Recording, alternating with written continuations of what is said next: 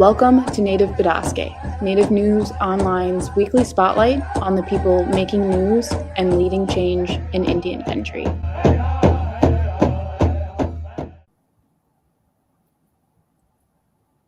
Welcome to another episode of Native Bidaské. I'm Levi Rickert, founder, editor, publisher of Native News Online. And this year we have committed to one Native Bidaské per month to deal with health issues. And so we have a health issue that was just, actually we published a story yesterday called The Rise of Indigenous Doulas that our senior reporter, Jenna, who's with us tonight, actually wrote, and she co-published it in Elle magazine. Is that right, Jenna? That's right. Supported by the Pulitzer Center. We're proud of that. And anything else you want to talk about, Jenna, about this article? We just felt like this subject is such a strong subject, needs to be amplified a little bit. So we wanted to devote this Native Bidaské with it. And Jenna, you have a very special guest with you tonight. Tell us about her. This is Camie Goldhammer. Hi, Camie. Welcome. Hi. Camie and I first got in touch. Well, first, Camie's a Sisseton-Wahpeton Oyate tribal citizen. She's a clinical social worker, a lactation consultant, and a full-spectrum Indigenous doula who lives in Seattle. Since 2019, Goldhammer has developed a team of 5 Indigenous doulas in a company called Hummingbird Indigenous Family Services, which is the basis of the reporting that was just published that I reported over the course of several months with Camie and a few of her staff members and a few mothers in Seattle and Seattle Indian Health Board members as well. And since the founding in 2019, this doula service has provided culturally specific help to more than 150 Native pregnant women and their babies in the first 1,000 days of their babies' lives. And their maternal infant and mortality rate has been 0, which is something that is astounding against the backdrop of what it otherwise is in the Washington State Health Report that came out earlier this year and also across Indian country and Turtle Island as a whole. But Camie is also she has a second business traveling across Indian country for her second job as a lactation consultant with her business partner, who is Diné, Kimberly Moore-Salas. Is that how I say her last name? Yeah. Yep. And she trains Native people as breastfeeding peer counselors. And to date, you said you just hit 550 trainees, right, Camie? And you're coming live from San Antonio, Texas? San Antonio, training number 34. So, yeah. Training number 34. That is fantastic. Fantastic. Congratulations. Yeah, it's wild. Yeah, it's you're coming at this issue from really all angles. As a mother, as an Indigenous woman living in Seattle, as the founder of these both companies that work on both like the food sovereignty and breastfeeding side, as well as the doula side. So maybe to start, Camie, can you just give your intro, anything that I may have missed, and frame the scope of your work at Hummingbird and also what you're doing here in San Antonio? Awesome. Yeah. Well, I'm Petu Ashtemi Takiapi. Good evening or good day, relatives.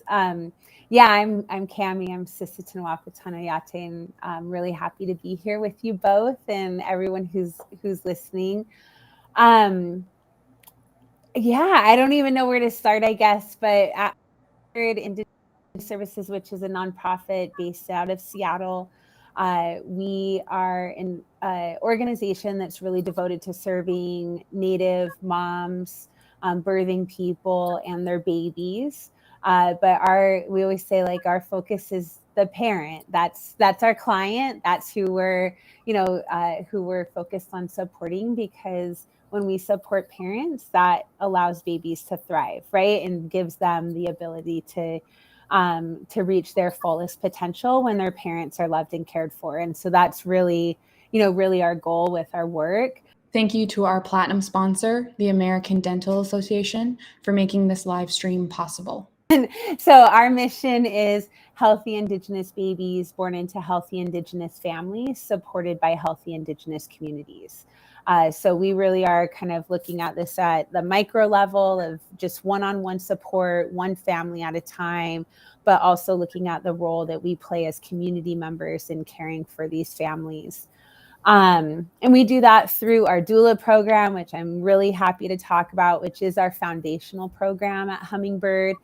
We would not exist if it wasn't for our doulas and the support that we provide to community through our doula program, our birth keeper program. We also have our Pili Makua home visiting program, which provides home visiting support to families for the first 3 years of a child's life. And then we just launched Hummingbird Nest, which is our guaranteed basic income program, which will provide 150 Native moms with $1,250 a month, no strings attached cash until their child's third birthday. So those are, like our core programs within Hummingbird. We also have an amazing storytelling program that we just launched and evaluation, which both those programs are really going to be focused on telling the stories of our Nest participants and recipients and evaluating what cash does for families, when we give people money who need it. Absolutely. So, yeah. Yeah. And so to back up a little, I think it's important framing, which I left out in the beginning. So I first got in touch with you, Camie, when I was learning about reporting rather on Kings County's racism as a public health crisis and the money that was being allocated towards Black and Indigenous groups in Kings County to address different aspects of structural racism, and the aim that you and your business were taking aim at was maternal mortality rates. And so we know from this report that came out of Washington State's Health Department in February of this past year that Indigenous women in Washington State die 8.5 times more than their white counterparts and more than any other race in the state. Hold on, Jenna. Did you just say 8.5 times more than non-Native counterparts? 8.5 times more, right, Camie? 8.5 Yes, times more. That's correct. That is downright astounding. So Yeah. the work that you're doing is obviously needed.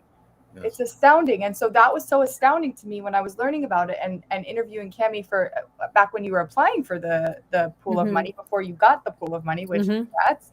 But that was months and months ago. And then I was through interviewing you and understanding how your mission was also to address intergenerational trauma and healing through a lot of this work. It was fascinating in a story in and of itself. I couldn't believe the statistic, Levi, the 8.5 times statistic. So Camie, I think the first question that our readers likely want to understand that I knew I wanted to understand is, can you frame that issue of why is it 8.5 times higher? What are the structural barriers that Indigenous birthing people are facing in this nation, in Washington State?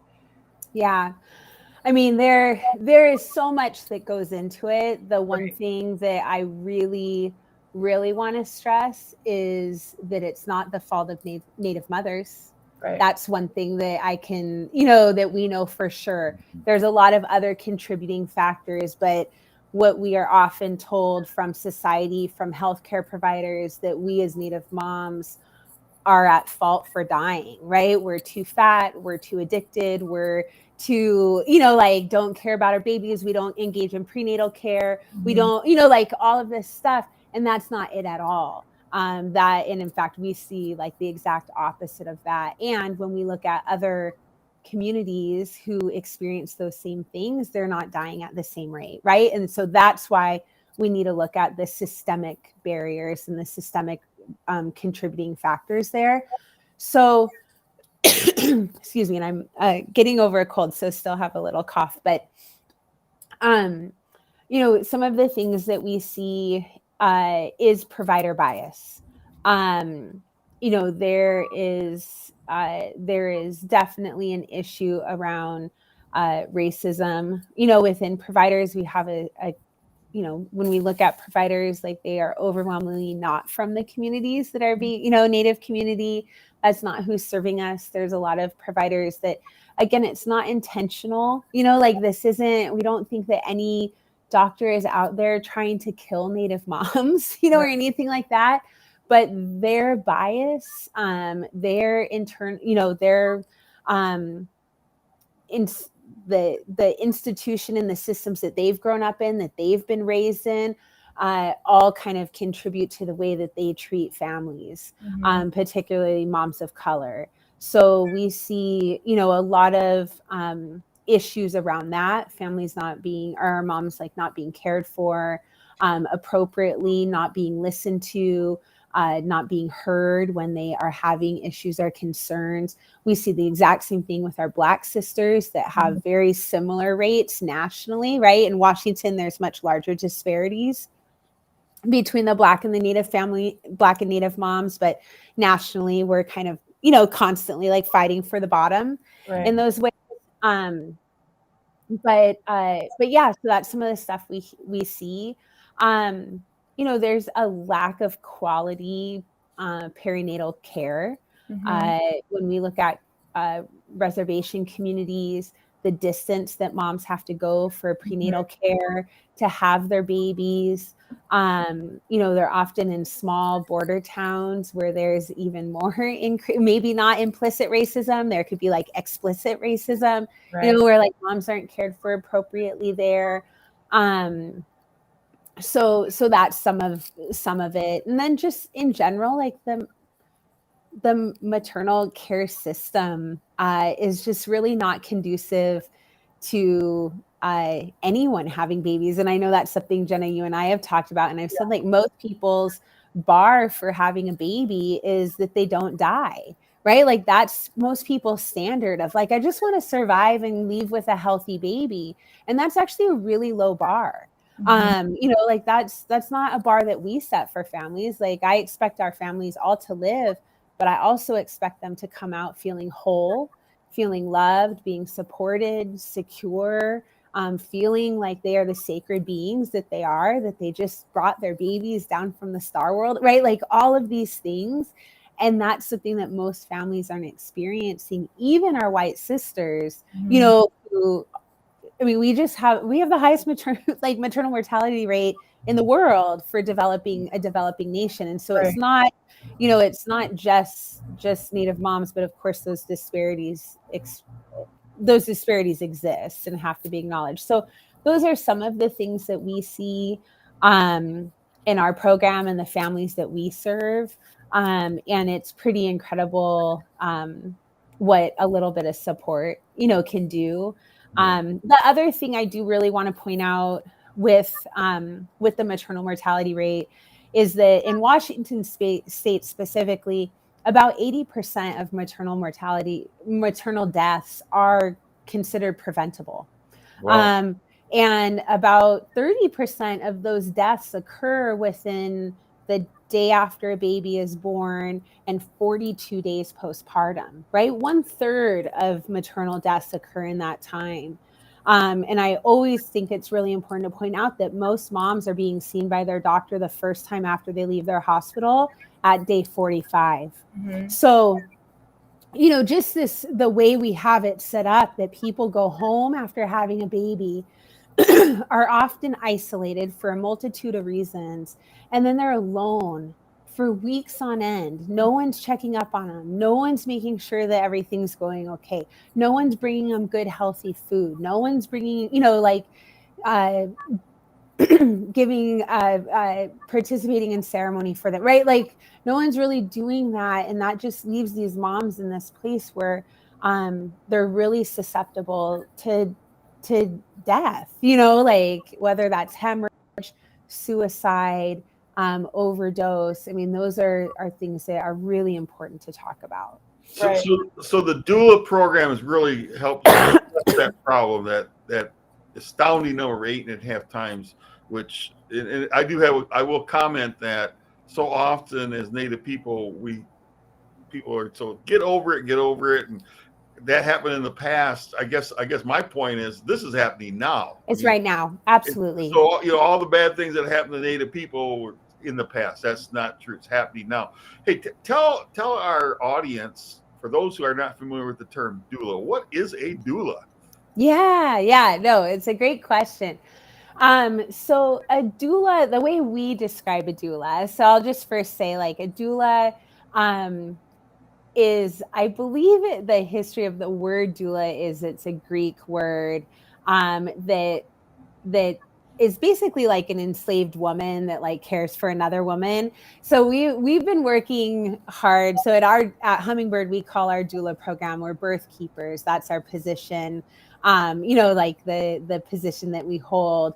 Doula though is still like the most common word. And so we use it a lot of times interchangeably. But the way we describe a doula, or what an Indigenous doula is we fulfill the traditional role of auntie. We provide non-medical, emotional, spiritual, physical, and mental support. So it's that holistic support to a person during the perinatal period. For Hummingbird, we're a full spectrum doula program. So we provide that support to families or pregnant people, regardless of the outcome of their pregnancy. So we support people who are experiencing pregnancy loss, are terminating a pregnancy, are trying to conceive and are on that journey, which is another really isolating journey for a lot of Native people. And then, of course, a majority of our families are coming to us because they're pregnant and they're planning to parent. And so we provide that support to them. So before I turn it back over to Jenna, I have a question that relates to the doula program that you have. You incorporate culturally based, maybe some traditional practices. Mm-hmm. We knew that, as you mentioned, aunties maybe done in the past. And tell us about that. Yeah. So we serve for Hummingbird, all of our pregnant people have to identify as Native. That's the client for us, right? So we don't serve people who are like non-Native but married to a Native, maybe having a baby, have a baby daddy that's Native, right? Like that's not our population that we serve. So for us, it is the mom, and the reason is because we're really hoping to combat maternal mortality. That's our goal, right? And culture is a big part of that. So all of our birth keepers are Native, Pacific Islander, Native Hawaiian. So that's the population we serve. And we do our best to provide culturally matched care. Of course, as you guys both know too, like urban Native populations are extremely diverse. We have over 300 tribes represented in Seattle. It was a relocation city. So we have just a really diverse population in the urban area. And so we can never do we can't always do an exact cultural match, with the doula. Like whenever we get a Lakota or Dakota client, I'm like, I'll take them, I'll do that, or whatever. But yeah, so when we think about incorporating culture into our care, it really is based on the family and what their culture is. We're luckily really connected to a lot of there's incredible birth work that's happening all over the United States or all over Turtle Island, throughout Indian country. And so when we have a Navajo mom, I absolutely would reach out to Kim, who's Navajo, and be like, hey, I need your cedar bead hookup. What's her name again? So I can make sure I get that bracelet that baby should have when they're born. Hey, blue corn, I need some whitefish. I need to get these things.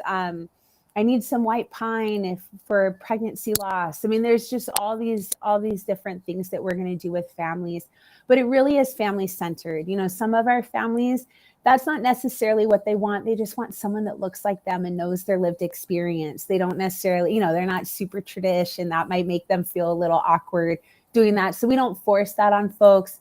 But we have a lot of people who want it, because for a lot of people, when they're pregnant, that's when they're starting to think about, what can I pass down to my baby, right? And that's when a lot of people really do kind of reconnect with culture, get more involved. They want to learn more teachings because they want something to pass down to their child. And that's something we can certainly help facilitate where we can. So we have some ceremonies that we've been gifted as a program that we can do with families. But then we also will do a lot of networking to find out what is there out there, so that we can find some, if we have like a Anishinaabe family, we're going to make sure we get, we're going to reach out to Casey Church and be like, hey, we need a cradle board that works for, this family. You know Casey? I know. Yeah. You know Casey? He's my cousin. Seriously. Really? Yeah. That's awesome. That's right. awesome. Yeah. So, but those are things that we're going to make sure I'm not going to make them a plain style cradle board, right? If that's Right. not their cultural practice. And so where we can do those things, we do. Where we can't, we do our best. But we always make sure it's family centered and works best for that family. Mm-hmm. Wow, that is so cool. Yeah. Jenna. Thank you to our platinum sponsor, the American Dental Association, for making this live stream possible. One of the things I thought was so cool, Camie, and so clearly clicked into my mind as like seeing the efficacy of this work in spending time with the moms and the doulas was like, and also speaking to you at length about it, was understanding how having support in these 3 phases of pregnancy, in prenatal, in labor and delivery, and in postpartum, each has a specific role to play. And that's actually how the article is structured as well, of like what are the doulas doing in each of these 3 phases, and how is that so how can that be so life-saving in reducing cortisol and like reducing toxic stress that is causing maternal morbidity, which is a problem equal or greater to maternal mortality, or it's leading to maternal mortality, right? So like, can you talk a little bit about how I think a good example of this might be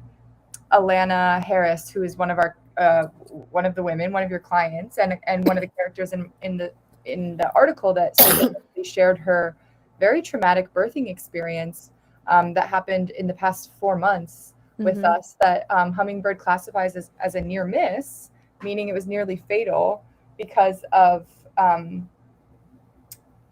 way it was handled by the nurses in the delivery room, and mishandled rather, and the advocacy that Kristen was able to provide by being a knowledgeable person in the room that knew what Alana wanted, the mother wanted. Yeah. So can you talk a little bit about the role of advocacy and how that can be so game-changing? Yeah. I mean, advocacy is a big part of what we do and what distinguishes us from most other doulas. So kind of like a mainstream doula, or the mainstream doula model, largely, I don't want to say discourages against advocating, but really says like, we're the hands behind the hands. We don't get involved in that kind of stuff. Like, we might coach a parent to advocate for themselves. We might, like do that kind of stuff. And that's where we really diverge from the mainstream doula model, not just in like how long we work with families, but that advocacy piece is a big part of it.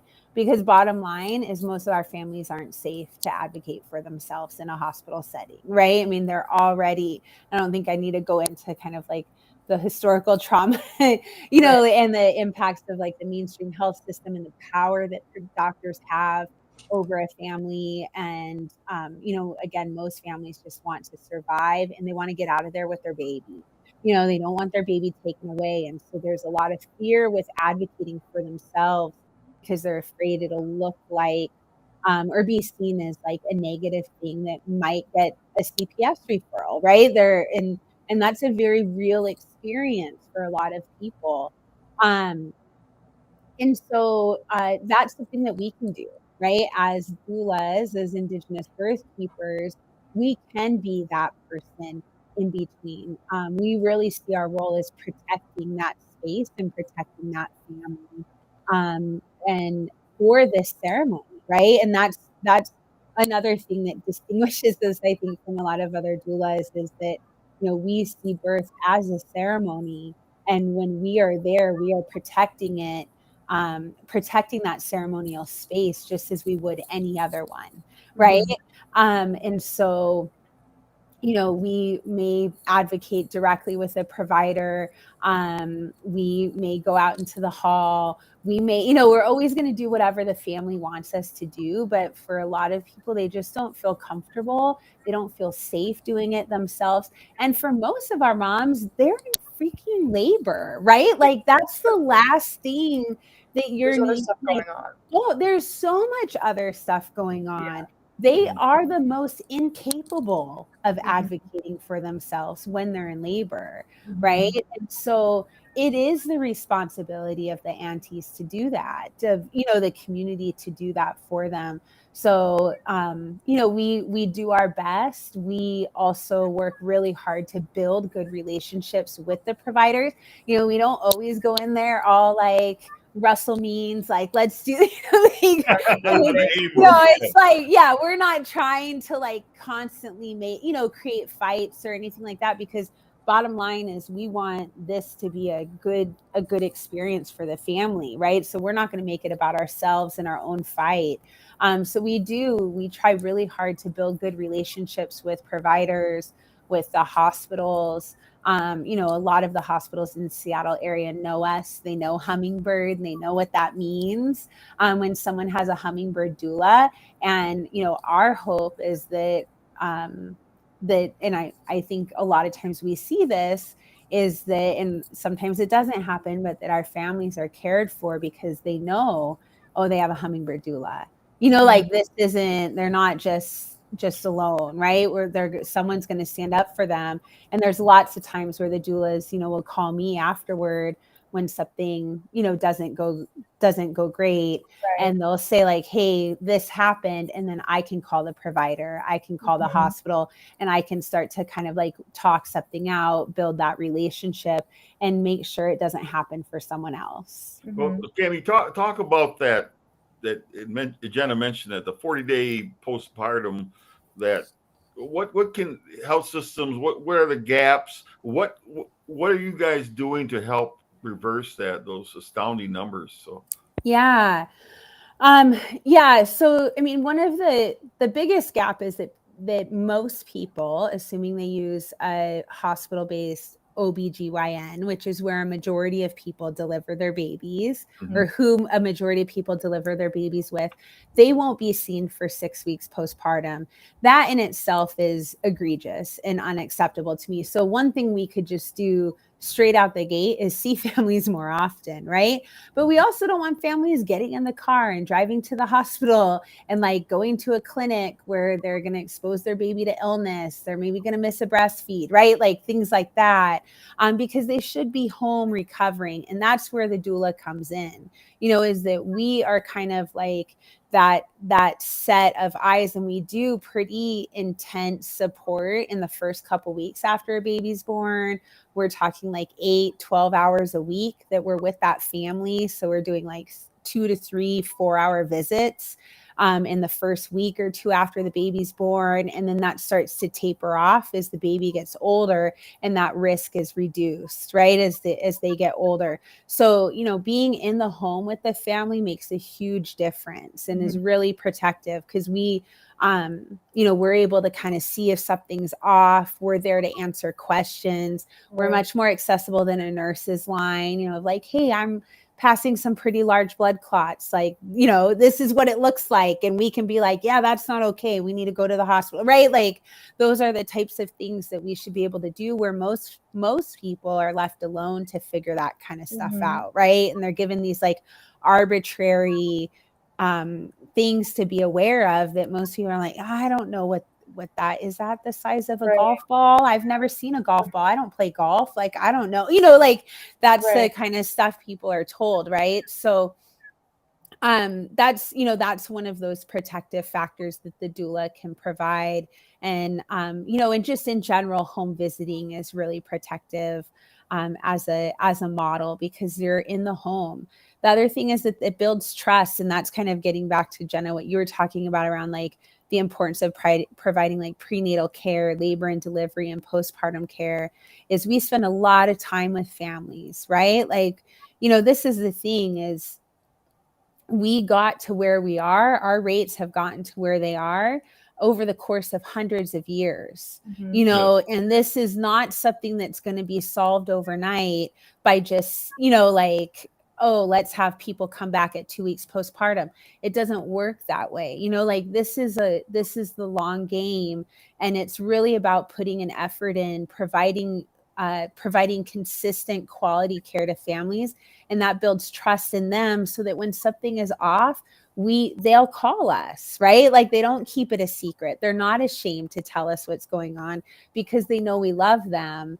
And we're trusted. And then the other thing is that because we know them and they're our community, we see when something's wrong, You know, like they don't need to tell us like, hey, I'm experiencing some perinatal depression. Right. We know this mom's different than she was a couple weeks ago or a couple months ago. We need to get that checked out. We need to refer her out because we know her and love her and know who she is. And we can see those changes, right? But when you just like are seeing you're one of 300 patients that a provider sees for a max of 8 minutes a visit, you know, once a month, like how can you really get to know someone in that way? You know, so yeah. And so all of the mothers that I spoke with had expressed that exact sentiment of like also just having someone in their house with them that they're familiar with and that understands them and is helping, you know, like one of the doulas, Talia, would like hold the baby while Shannon's packing to take the baby to, you know, to the Southwest for its naming ceremony. So there's all of these components of like physical labor, like physical extra hands that are trusted hands to help in the house. And then also just like, like Shonda, another mother saying, Talia also just really helped me because I was disconnected from my community and I was feeling really overwhelmed by all of my obligations, my other kids that are crying and I can barely move because my cesarean. So, you know, there are all these like pretty basic concepts at play here that like when we see them play out all together, we're like, oh wow, it makes sense why that can be so life-saving. Totally. That's all the time we have, and I hate to cut everybody off. This is such a it's okay. No, it's a very serious topic. And Camie Chimigwich, we've been talking with Camie Goldhammer, and she's doing fantastic work up in Seattle. And Jenna, thank you for the article. I know you spent months working on it, and it just well researched, well documented. You talked to a lot of people, so for those of you, we'll have it showing up on the screen. Have not read it yet, the article is The Rise of Indigenous Doulas. That was published by Native News Online on Thursday, co-published with Elle Magazine. And so we're so happy for this. And Camie, again, thank you. And I know you love your work because I smile that your work and your passion. I love it. And it's all about saving. It really clearly is. Yeah, saving lives and just doing it. I really applaud what you're doing. So thank you. Yeah, I'm grateful. Kim and I were just on a walk and we were like, every time we're somewhere, we're like, what is this life that we have? Like, this is what we get to do. It's just so incredible. And it's such an honor and really is a gift to be able to do it and to be a part of this large network of incredible Indigenous workers that are all over the country, in Canada, Hawaii. You know, I mean, it's just really beautiful happening. And it's an honor to be a part of that. So, yeah. Chimigwich, both of you. And to our viewers, thank you for tuning in to another episode of Native Bidaské. We'll be back next week with another special guest. So in the meantime, be safe and take care of those babies out there. All right, Toksha. Thank you, Camie. Yeah. Thank you to our platinum sponsor, the American Dental Association, for making this live stream possible. If you appreciate what we do here at Native News Online, we invite you to donate to support our continued work covering Indian country. You can scan this code with your smartphone or go to the link located below this video to donate today. We greatly appreciate your support. Please be sure to subscribe to our YouTube channel and follow us on Twitter, Facebook, and Instagram. And be sure to scan this code or go to the link below to subscribe to our newsletter. Thank you for joining us today, and please be sure to join us again next week for another episode of Native Bidaské. Chimigwech.